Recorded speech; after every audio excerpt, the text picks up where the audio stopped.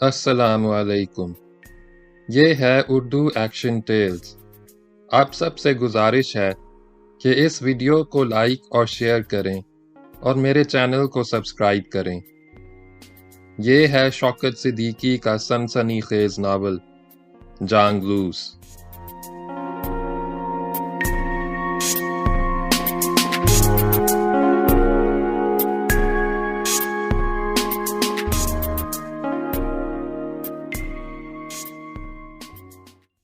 باب نمبر 1 کا تیسرا حصہ۔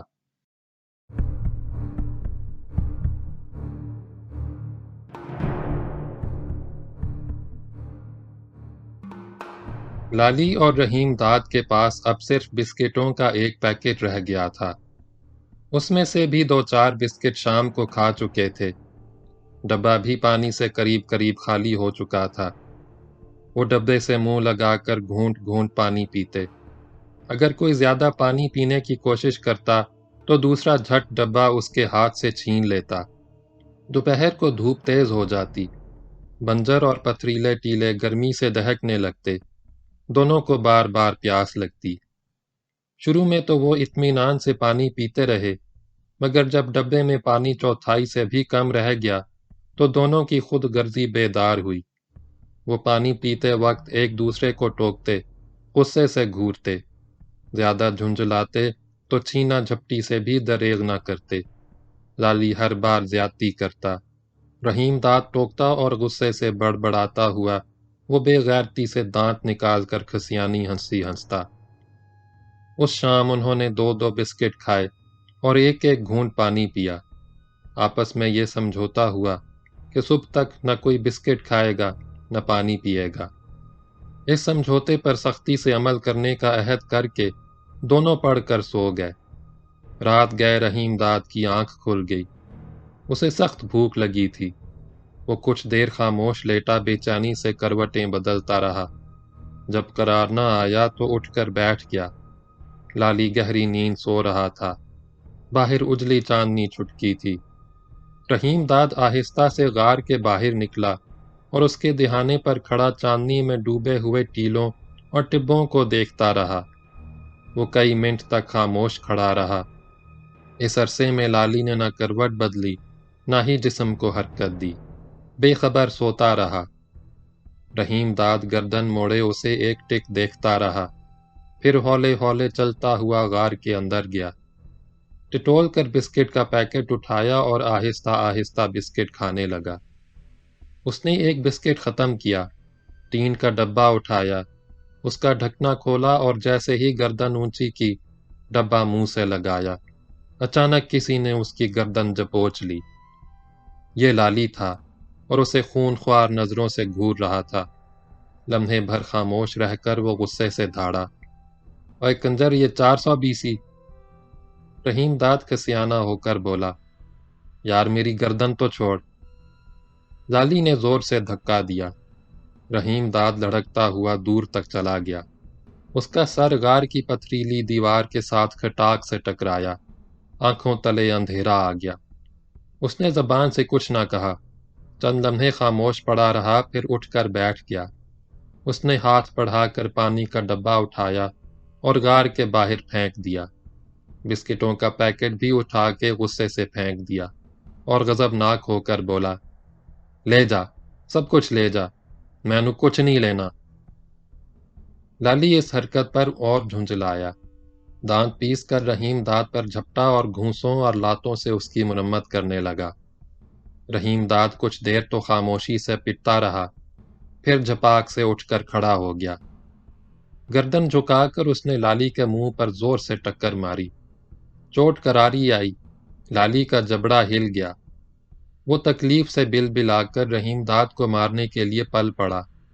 رحیم داد بھی پسپانا ہوا۔ دونوں گتھم گتھا ہو گئے۔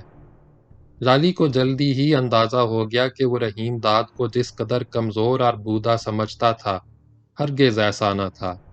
اس کے ہاتھ پیروں میں خاصا کس بل تھا۔ ایک بار اس نے زور لگا کر لالی کو گرا دیا اور اس کے سینے پر چڑھ بیٹھا۔ لالی بے بس ہو گیا۔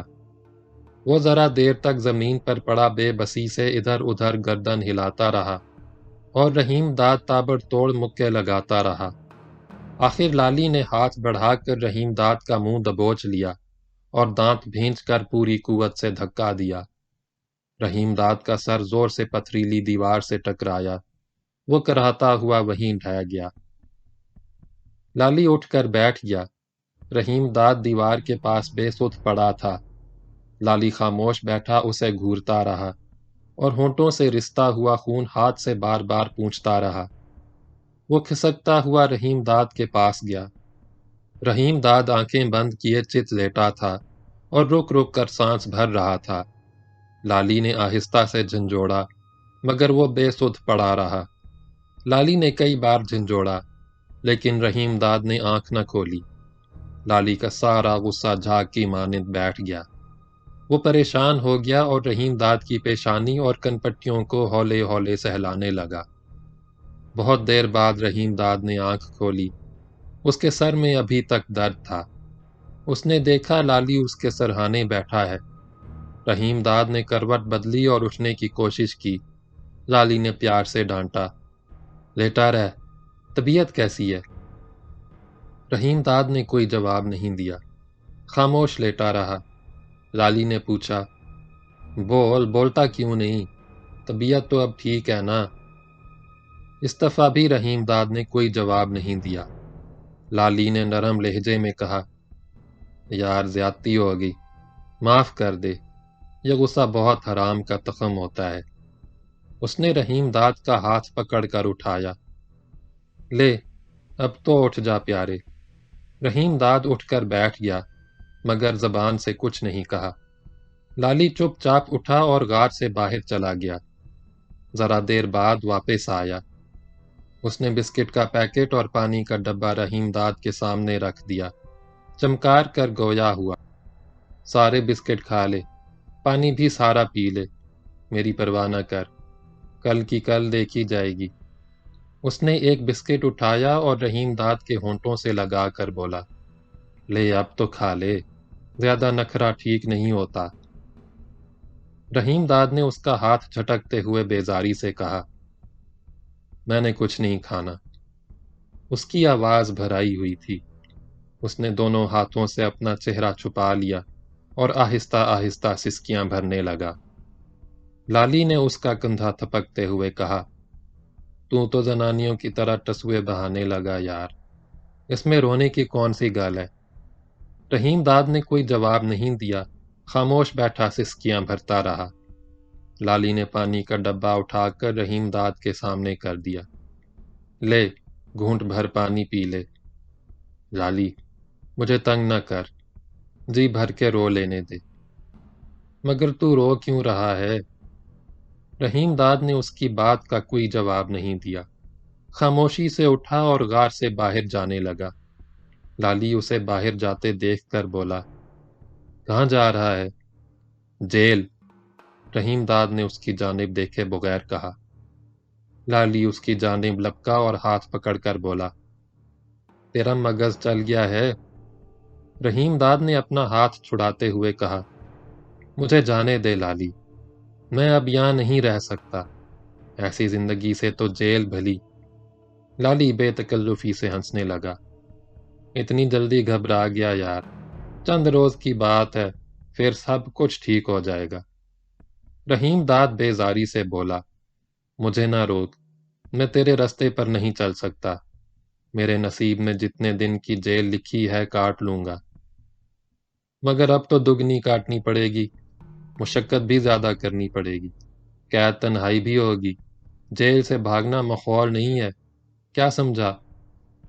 سب کچھ سمجھ گیا، مگر اب میں یہاں رہوں گا نہیں۔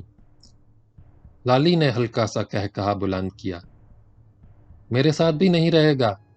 جانے من یہ بے وفائی۔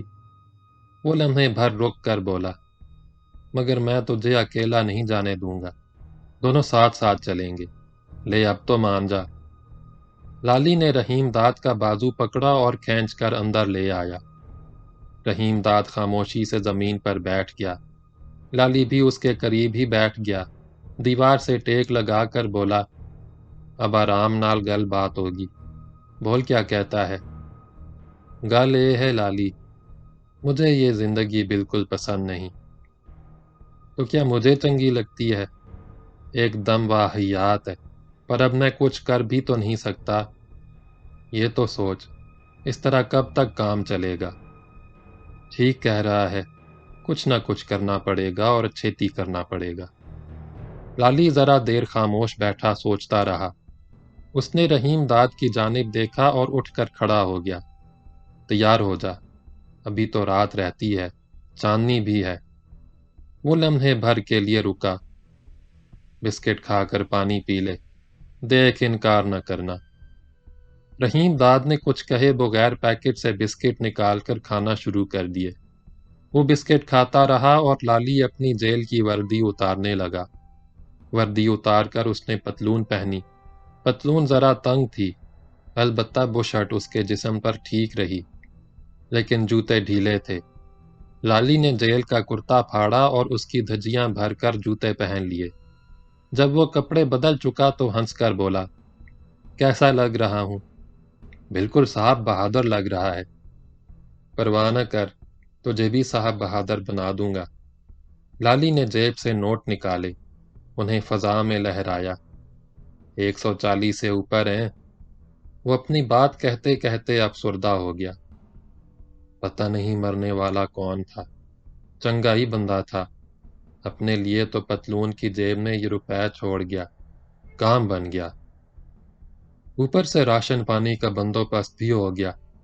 یار میں کہتا ہوں اس روز روٹی ٹکر نہ ملتا تو کیا ہوتا، ذرا سوچ کیا ہوتا۔ چلا تک تو جا نہیں رہا تھا۔ رحیم داد نے بسکٹ کا پیکٹ لالی کی طرف بڑھا دیا اور بار بار انکار کے باوجود اصرار کر کے بچے ہوئے بسکٹ اسے کھلا دیے۔ مگر جب لالی نے پانی پینے کے لیے ڈبہ اٹھا کر منہ سے لگایا تو مشکل سے چند قطرے نکلے۔ سخت کوفت ہوئی۔ بسکٹ کھانے سے گلا خشک پڑ گیا تھا، پیاس اچانک بڑھ گئی تھی۔ اس نے جلدی جلدی جیل کی وردی بھاری پتھر کے نیچے چھپائی، ٹین کا ڈبہ اٹھا کر دور پھینکا اور رحیم داد کے ہمراہ غار سے نکل کر ناہموار ٹیلوں پر چلنے لگا۔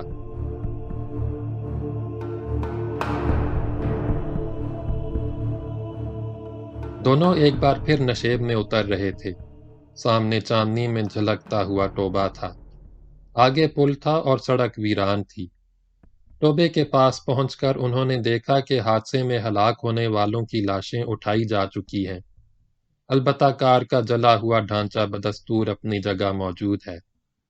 اس کے ٹوٹے پھوٹے ٹکڑے ادھر ادھر بکھرے ہوئے تھے۔ اجلی چاندنی میں سب کچھ صاف نظر آ رہا تھا۔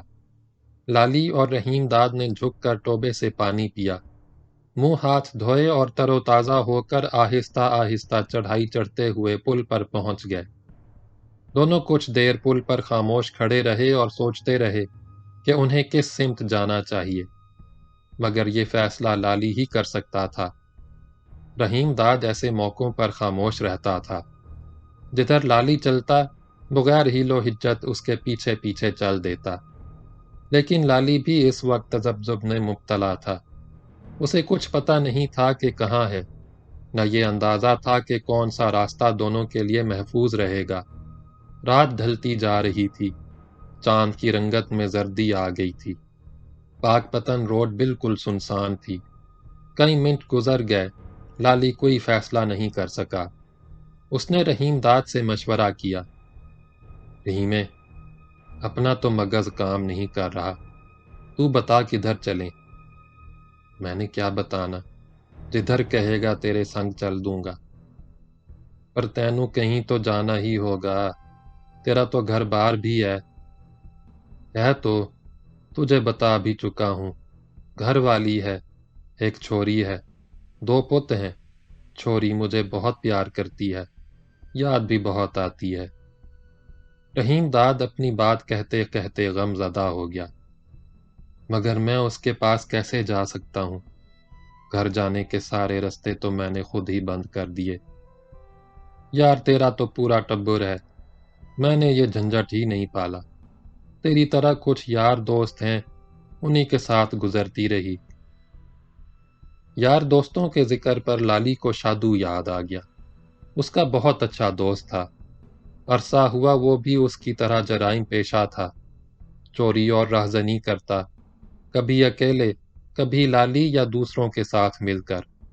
ان کا باقاعدہ گروہ بن گیا۔ لالی بھی شادو کے ساتھ گروہ میں شامل تھا۔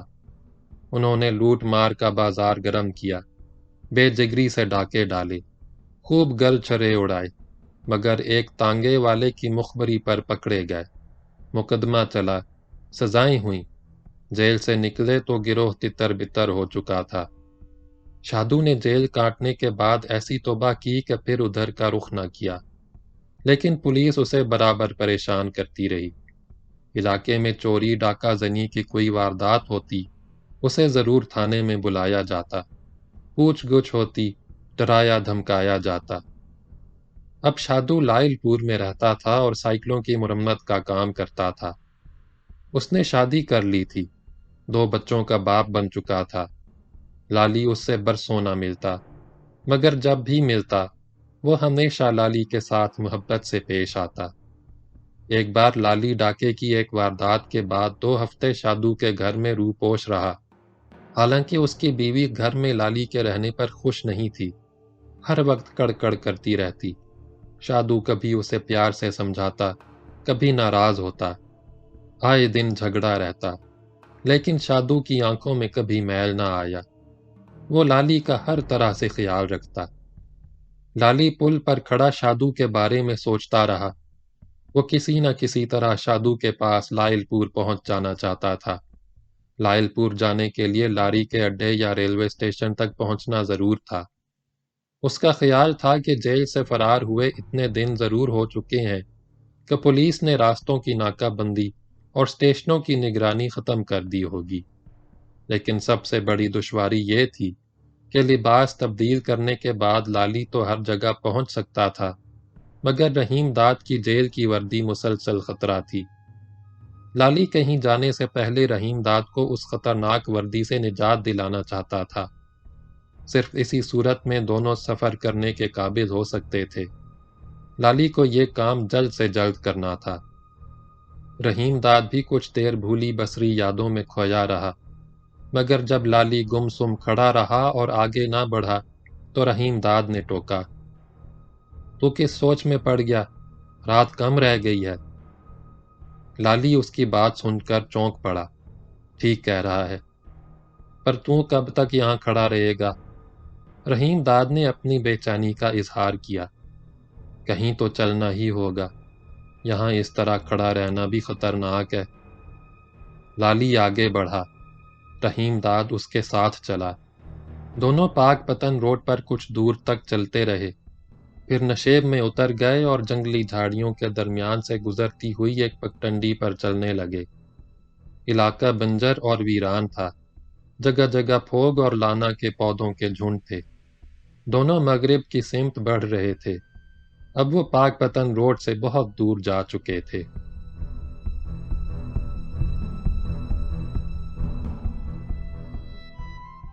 باب نمبر 2 اگلی ویڈیو میں سنیں۔